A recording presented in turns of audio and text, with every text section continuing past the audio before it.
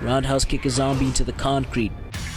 Yakuza Dead Souls is a bit of a divisive game. Despite it having a pretty mixed reception, as well as being trapped inside PS3 purgatory, it's managed to garner a bit of a cult following in the fanbase, with a fair amount of people practically begging RGG to remaster it or even give it a full-blown remake. But what if I told you, dear viewer, that we already have a Dead Souls remake, right there, ready for us modern audiences to enjoy?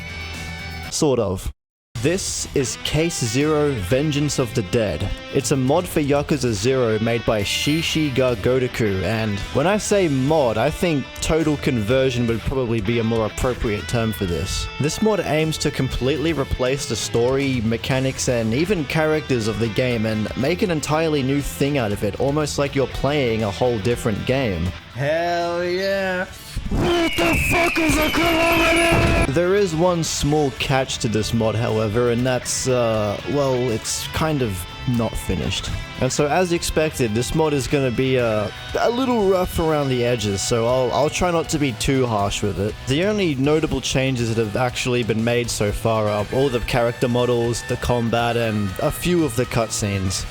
Oh, and the zombies too, I guess. And of course, because of the zombie apocalypse, there's not a soul to be seen around Kamurocho, save for a few NPCs here and there who, I guess they have more pressing matters to tend to right now. It's gonna take a lot more than a zombie apocalypse to stop Mr. Libido from doing his thing. All of the cutscenes have been replaced, so I have to assume that the story to this mod has pretty much been planned out at this point. But the vast majority of the original Yakuza 0 campaign is pretty much still there. There is an add-on for this mod called E-Mutation, which adds a bunch of the dialogue changes and even some sound replacements, but I don't know if that really needed to be its own thing. That probably just could have been an update to the file, but you know, whatever. It is what it is. The cast from Dead Souls are back together again, as we play as Kiryu, Ryuji, Akiyama, and Majima. But also joining us is Zombie Hayashi, because why the hell not? All the different fighting styles have been reworked into movesets that are supposed to be used by their respective characters. Itsuki's style is supposed to be Hayashi's moveset, Gunner is Kiryu's, and then Kicker is obviously Akiyama's. And then there's Killer for Ryuji, Hunter for Majima, and Walker, which is absolutely useless and I'm pretty sure it's just there as a placeholder. Now the funny thing about this is that they haven't exactly found a way to block these styles to their respective characters, and so it's very easy for you to just break RP and have Akiyama all of a sudden start busting out the Dragon of Dojima moves. Now the actual fighting styles themselves, they leave a little to be desired. My first issue is that some of the pricing with these upgrades is a little crazy. Some of the tech upgrades that you would get, usually fairly early on in the game, all have endgame prices. Like, what do you mean the evade strike is 1 billion yen? Fuck that. What's great about this mod, however, is the way it seamlessly integrates guns into the combat. Usually whenever you're using a gun in Yakuza, your kit just gets replaced by this basic hand-to-hand thingamajig. However, in Case Zero, if you equip a gun, you're still able to just bust out the moves from the fighting style you were using, while also being able to just pop shots to your heart's content. On top of that, it also lets you use a bunch of gun-specific heat actions. Jesus! Now, for a while I assumed this was the aforementioned gun mode that the tutorial tells you about, but no, that's done by holding down the right trigger button while in combat, and I gotta say, gun mode is, it's not very good. Now, I understand gunplay was a pretty big part of Dead Souls, and so I understand why it felt necessary to have a designated gun style, but in every way, this feels like a complete downgrade from the regular fighting styles. So many of these attacks are just so unresponsive and clunky, and just, you're better off just using one of the other styles and just having a gun equipped. It's not a very good sign if you're in gun mode, and the gunplay is the worst part of it. I guess that evasion is pretty good though. This mod also makes it so that all the guns have unlimited ammo, meaning you can still shoot guns even though the ammo counter is at 0. Doing this, however, will give all the zombies the Thorns enchantment, which I guess is some kind of anti anti-cheese measure? I don't know. The kicker and gunner styles are just carbon copies of Akiyama and Kiryu's fighting styles. The Itsuki style, however, is interesting. Instead of a gun mode, holding right trigger will actually put him into hunt mode, where he gets on all fours and starts running around. Pressing heavy attack while in hunt mode will make Hayashi leap at the nearest enemy and pin them down. This can be done as a quick and dirty way to deal damage to someone without having to get up close and personal. It is kinda useless against bosses though, since grabbing them usually just isn't an option. His rush combos are probably the worst part of this style. I do kinda see the vision they were going for. A lot of these moves are very, I guess, zombie-esque. For his triple light finisher, he does that backwards kick thing that Akiyama does in Yakuza 5 to launch people, which... The issue with that is that he goes backwards whenever he does that, and so 9 times out of 10, this attack will just straight up miss. Not to mention hunt mode can feel pretty clunky sometimes. They made it so that whenever you're running in hunt mode, you have the turning circle of a shopping trolley.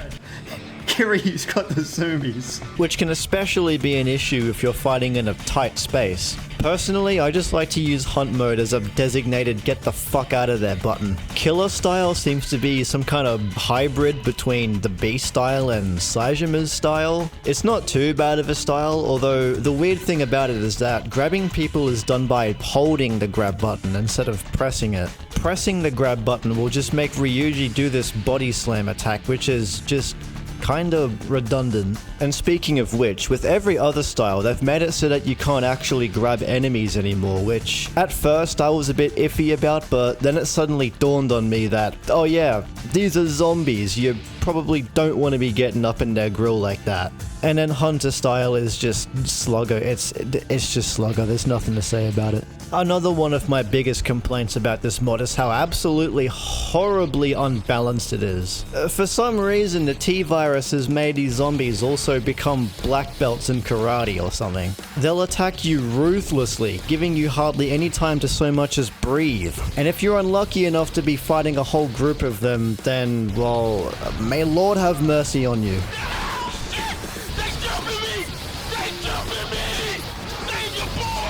Even on easy, it's downright impossible to play through this mod without breaking a sweat. All of the bosses are different too, and the difficulty of them seems to oscillate between being piss easy and making you question if this is even worth it.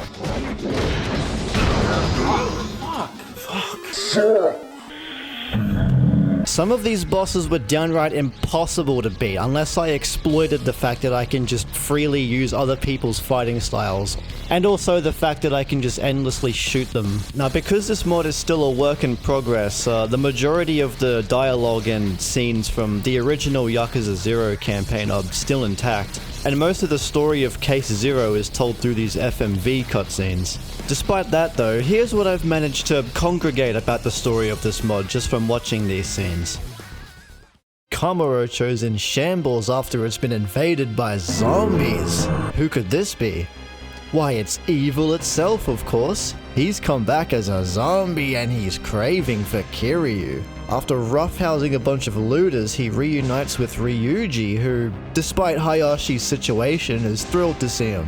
Ryuji then mentions that Kiryu has gone missing, possibly even dead. It's here where it's revealed that this story actually takes place right after Yakuza 5. Despite the ongoing zombie apocalypse, Ryuji and Hayashi manage to find the time to go out for a drink. People are dying out there, man! But suddenly, Hayashi's boy smell sensors start tingling, and he heads over to the Dojima family headquarters where he meets these guys. Despite none of them looking even remotely like Kiryu, Hayashi could have sworn one of them had the same boy smell as him. Hayashi, undergoing some sort of identity crisis, decides that these zombies are bad news and that they've got to go. After spinning the block and rescuing this guy who totally wasn't up to anything bad, one of those demons comes back and reminds Hayashi who the top in this relationship is. Hayashi then regroups with Ryuji at the Majima family headquarters and tells Ryuji that he can use his boy smell detection to help find Kiryu. Despite the protest of everyone in the whole building, Hayashi is still determined to find Kiryu. The question is, what reason does Hayashi have to find Kiryu? Is it revenge or amendment? Meanwhile, Daigo and Akiyama are doing stuff, and then Akiyama sets out for the Majima family office for some leads on Kiryu's whereabouts. Then, after getting jumped by a bunch of zombies, Arase shows up and demands Akiyama tell him where Kiryu is. Akiyama doesn't budge, however. Meanwhile, in Sotenbori, the Grand has been repurposed as a sort of shelter for survivors. Arase isn't vibing with this, however, as he thinks it just makes everyone inside an easy target. どうも、ユキです。 Now, I'm not saying I would, but like, meanwhile, Majima is outside killing zombies when he spots one zombie in particular who, for some reason, reminds him of the incident where Kiryu loses his arm. And then this happens.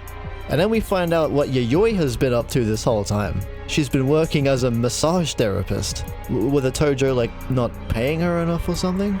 Oh, and Aizawa's here too, I guess. The Makoto escort missions are much easier now because, unlike Makoto, Yayoi can actually defend herself. Wait, what are you doing, Akiyama? Oh, come on, dude, there's no time for that. Lock in! Suddenly, the PMC have taken over the Grand and they burnt the place to the ground because... fuck them, I guess.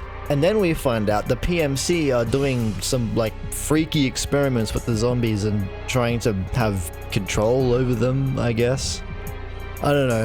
Anyway, Kiryu is here now. Oh no, Daigo's in a coma. Oh no, Aizawa's dead. Oh no, Morinaga is a zombie. Oh, it was just a nightmare. That nightmare was so scary it took away all the polygons in Aizawa's hand. Who the hell is this? Oh my god, it's Lao Gui. Fuck you, Lao Gui. Uh-oh, Kiryu's been bitten. He's turning into a zombie. Hey, what's going on here? Muhahaha, you're too late, puny mortal. Your precious Daigo has been turned into a spooky scarecrow. Who's this dripped out son of a gun? Oh, it's Hayashi, of course. Alright, listen, Hayashi. You're moving too different, okay? You're smoking too loud, and your bitch is too bad. You need to settle down. No. But Hayashi's drip is too much for his body to handle, and he keels over and dies. Kiryu is attacked by one of the demon fellas, except... huh? It's Majima? And now we're on the yacht because Yayoi's been kidnapped and we gotta save her. Oh, thank goodness Majima's fine. Couldn't say the same for Kuze though. Bam! But then Kuze turns into his ultimate life form. Hold on, is that... No, it can't be. It's Kiryu's iconic red arm. It's all coming full circle now. I can't even lie, I'm like lost now. Ugh, Dame, I can't beat him. Ugh, take that. I'm Daigo and I'm gonna get you. I'm dead. Daigo, yay. I'm gonna shoot you. Pew, pew, pew, pew, pew. Not if I have anything to say about it. I'll get you. Who's this? Who's this? Huh? Oh my god, it's... kill that arrogant motherfucker. Oh, he sacrificed himself for us. Oh, he truly is good itself. Ah, the briefcase, of course. The briefcase. Now, who could this be now? Huh? Oh, stay tuned for part 2. Now, the whole reason I even made this video is pretty much, I think this mod has a lot of potential, and the idea of a Yakuza total conversion sounds very intriguing to me, and so I just wanted to sort of bring some more attention to it. Hopefully one day it gets finished and people can have the definitive experience of this mod. For what it is right now, this mod is pretty impressive. I'm pretty sure it's entirely done by a one-man show, so hats off to them. And yeah, don't eat things that have been on the floor for more than 5 seconds. All right, peace out.